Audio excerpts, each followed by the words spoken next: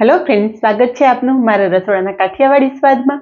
હું ભાવનાબેન રાઠોડ. આજે આપણે કેરીનો રસ કાઢવાની 3 અલગ રીત જોશું. કેરીની સિઝન આવે એટલે આપણા દરેક ઘરમાં કેરીનો રસ નીકળતો જ હોય છે, પણ ઘણી વખત એવું બને છે કે કેરીનો રસ કાઢવા બેસીએ અને લાઇટ જતી રહે તો શું કરવાનું? તો જરાય મૂંઝાવાની જરૂર નથી ફ્રેન્ડ્સ. આજે તમારા માટે 3 એવી રીત લઈને આવી છું કે તમે મિક્સર, બ્લેન્ડર કે જ્યુસર વગર પણ આરામથી રસ કાઢી શકશો, અને એ પણ માત્ર 10 જ મિનિટમાં તમે 1 કિલો કેરીનો રસ કાઢી શકશો. તો વિડીયો બિલકુલ સ્કીપ કર્યા વગર જોજો.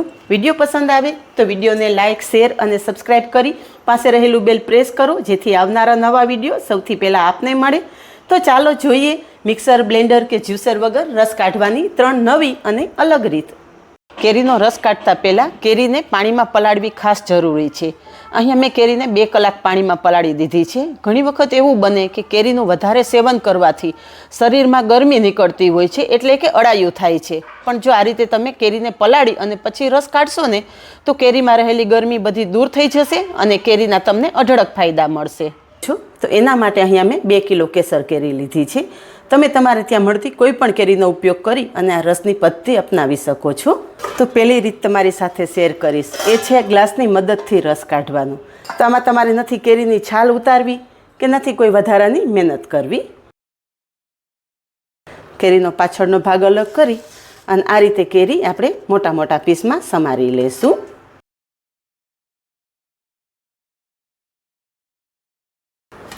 આ રીતે કેરી સમારી લીધા પછી ગ્લાસ લેવાનો છે અને જે આપણે કેરીનો પલ્પ છે ને એ ભાગ આ લેવાનો છે, અને ગ્લાસની મદદથી આ રીતે કરશો ને એટલે કેરીમાંથી પલ્પ અલગ થઈ જશે.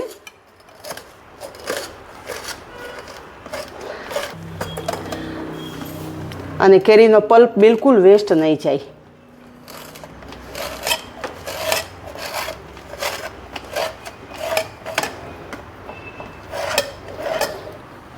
અહીંયા તમે જોઈ શકો છો કેરીની છાલ એકદમ ચોખ્ખી થઈ ગઈ છે. કેરીનો પલ્પ બિલકુલ છાલમાં રહેલો નથી. આ રીતે હજી તમને એક ચીરમાંથી પણ આ રીતે રસ કાઢીને બતાવી દઉં.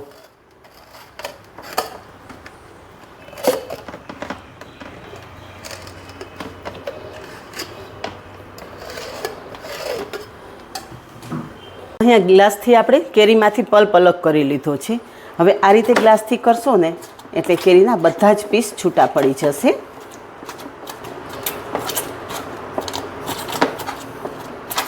તો અહીંયા તમે જોઈ શકો છો કે આ રીતે કેરીનો રસ તમે તૈયાર કરી શકો છો. હવે ગ્લાસથી આપણે આ રીતે પલ્પ તૈયાર કરી લીધો. એક ઊંડા વાસણમાં લઈ લેશું અને ઝેણીની મદદથી ઝેરી લેશું.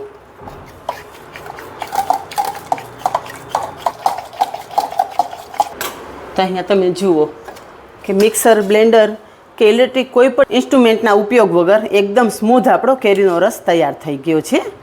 એ સાઈડ પર રાખી દેશું અને બાકીની રીત જોઈ લેશું. હવે બાકીની 2 કેરી લેશું. એ પણ પાછળનો ભાગ અલગ કરી અને સમારી લેશું. અહીંયા 2 કેરી સમારી લીધી છે, સાઈડ પર રાખી દેશું. તો કેરીનો રસ કાઢવાની બીજી રીત જોઈએ તો આ રીતે ખમણી તો લગભગ બધાના ઘરમાં હોવાની. તો ખમણી પર તમે આ રીતે ઘસશો ને એટલે કેરીની છાલ ઉતાર્યા વગર જ તમારો એ કેરીનો રસ એકદમ મસ્ત તૈયાર થઈ જશે, અને તમારે વધારે કોઈ મહેનત કરવાની પણ જરૂર નહીં પડે. તો અહીંયા તમે જુઓ કે તરત જ આપણી કેરીની છાલ એકદમ ચોખ્ખી થઈ ગઈ છે. કેરીની છાલમાં રહેલો બધો જ કેરીનો પલ્પ દૂર થઈ ગયો છે.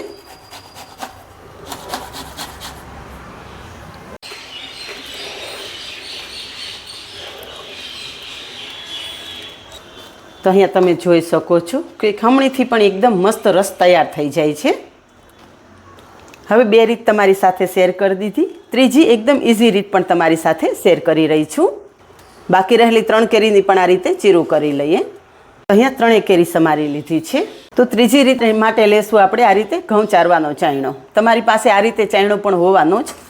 તો એક મોટા વાસણ પર ચાયણો રાખી દીધો છે અને કેરીનો જે અંદરનો ભાગ છે ને એ આ રીતે ચાયણા પર ઘસશું.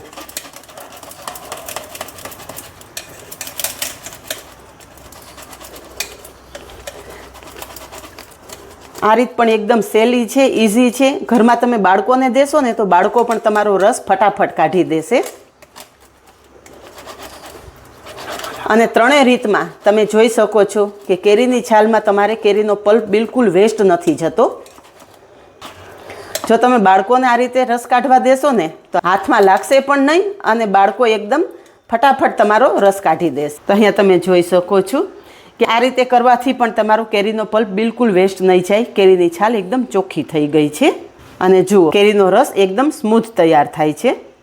હું બધો જ રસ કાઢી અને તમને બતાવી દઉં છું. અહીંયા ચાયણામાં પણ આપણે રસ કાઢી લીધો છે અને તમે જુઓ એકદમ સ્મૂથ રસ તૈયાર થયેલો છે. તો ફ્રેન્ડ્સ, હવે તમારે રસ કાઢવા માટે કોઈ ઇલેક્ટ્રિક ઇન્સ્ટ્રુમેન્ટની જરૂર નહીં પડે. તમે કોઈ પણ વ્યક્તિને દેશો ને તો પણ આ રસ તમને આરામથી કાઢી દેશે. તો 3 રીતમાંથી તમને કઈ રીત વધારે ગમી એ મને કમેન્ટમાં ચોક્કસ જણાવજો. આજે બસ આટલું જ. મળીએ નેક્સ્ટ વિડીયોમાં. ત્યાં સુધી બાય. Thank you.